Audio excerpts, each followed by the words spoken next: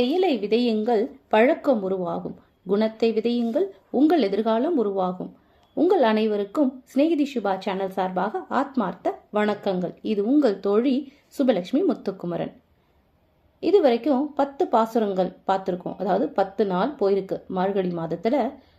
அவங்க ஆண்டாள் நாச்சியார் முதல்ல மார்கழி நீராட எல்லாத்தையும் அழைச்சு விதிகள்லாம் சொல்லி இந்த மாதிரி நாம நோன்பு இருக்க போறோம்னு சொல்லிட்டு அவங்க எல்லா தோழியரையும் கூப்பிடுறாங்க, வாங்க போய் நோன்பு இருக்கலாம் அப்படின்ட்டு.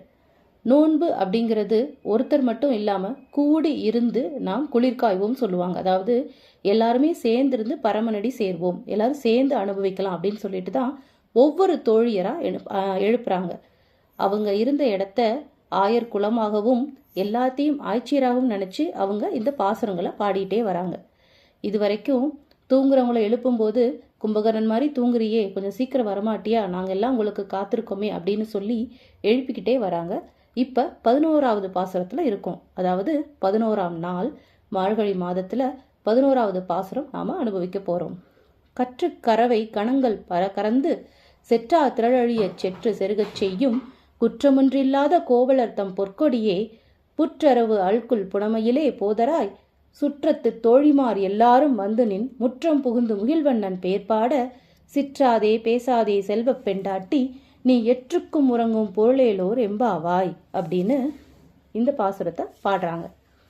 கற்றுக்கறவை அப்படின்னா கன்று போல இளமையான பசுக்கள் அப்படின்னு அர்த்தம்.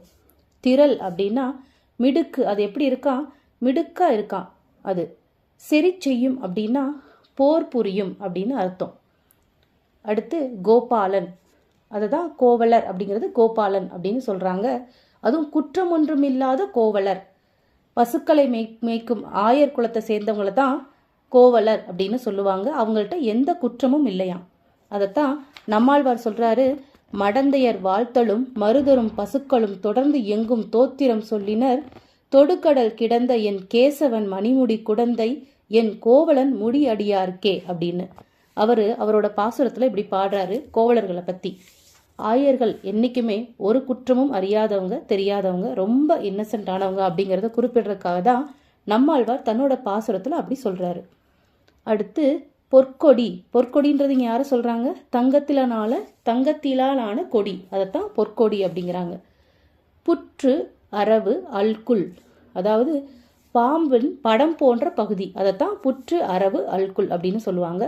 புனமயிலே அப்படின்னா காட்டில் உழவுகின்ற அந்த அர்த்தத்தை தான் புனமயிலே அப்படின்வாங்க. போதராய் அப்படின்னா வாராய்னு அர்த்தம். சிற்றாதே அப்படின்னா அசையமாட்டியா நீ அப்படின்னு கேட்போம் இல்லையா, அந்த மாதிரி தான் சிற்றாதே. செல்வ பெண்டாட்டி அப்படின்னா பெண் பிள்ளாய். உறங்கும் பொருள் எற்றுக்கு அப்படின்னா எதற்கு தூங்குற அப்படின்னு கேட்குறாங்க.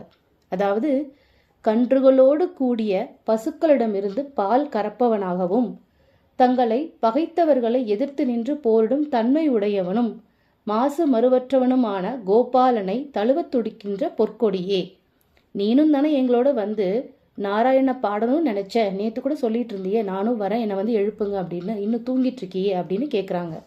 புற்றில் இருக்கும் பாம்பின் படத்தை போன்று அல்குலை உடைய மயில் போன்ற பெண்ணே, நம்ம சுற்றுப்புறத்தில் உள்ள எல்லா தோழியரும் உன்னோட வீட்டு வாசல்ல வந்து கூடிட்டாங்க. அவர்கள் மேக வண்ணனாகிய கண்ணனை புகழ்ந்து பாடிட்டு இருக்காங்க. செல்வத்தையும் பெண்மையும் புனிதமாய் காப்பவளே, இதையெல்லாம் கேட்டு அசையாமலும் பேசாமலும் உறங்கிட்டு இருக்கியே, அர்த்தமற்ற இந்த உறக்கத்தினால் உனக்கு என்ன பலன் கிடைக்க போகுது, நீ எந்திரிச்சு வா அப்படின்னு கூப்பிடுறாங்க ஆண்டாள் நாச்சியார். நேரம் ஓடிக்கொண்டே இருக்கு, தோழியோ எழுந்து வந்த பாடில்லை. நாம இருந்தால் என்ன செஞ்சிருப்போம், அவளை விட்டுட்டு நாம நீராட போவோம் அப்படின்னு போயிருப்போம். ஆனா பக்தி நெறிக்கு இது அழகல்ல. பிறரை விட்டு விட்டு தான் மட்டும் இறைவனை அடைய முயன்றால் இது நடக்காத ஒன்று. எல்லோருமா இறைவனை நாட வேண்டும், அவனோட புகழை பாடணும். அப்போதுதான் அவன் அருள் நமக்கு கிடைக்கும். இதனால தான் கூட்டு பிரார்த்தனைக்கு எப்போவுமே மகத்துவம் ரொம்ப ஜாஸ்தி. அதைத்தான் இந்த பாசுரத்தில் வலியுறுத்துறாங்க ஆண்டாள் நாச்சியார். ஆண்டாள் எல்லாத்தையும் அழைச்சிக்கிட்டு கூட்டமாக போய் நாராயண புகழை பாடி எல்லாரும் சேர்ந்து இறைவனடி சேரணும்னு அவங்க விரும்புகிறாங்க, இறைவன் அருளை பெறணும்னு விரும்புகிறாங்க. இந்த பாசுரம் அதோட விளக்கங்கள் உங்களுக்கு பிடிச்சிருந்தா நீங்கள் லைக் பண்ணுங்கள், ஷேர் பண்ணுங்கள், மறக்காமல் சிநேகிதி சுபா சேனலை சப்ஸ்கிரைப் பண்ணுங்கள். இத்துடன் உங்களது விடைபெறும் உங்கள் தோழி சுபலட்சுமி முத்துக்குமரன். வாழ்க வளமுடன். ஆத்ம நமஸ்தே. ஹரே கிருஷ்ணா. வெற்றியுமதி.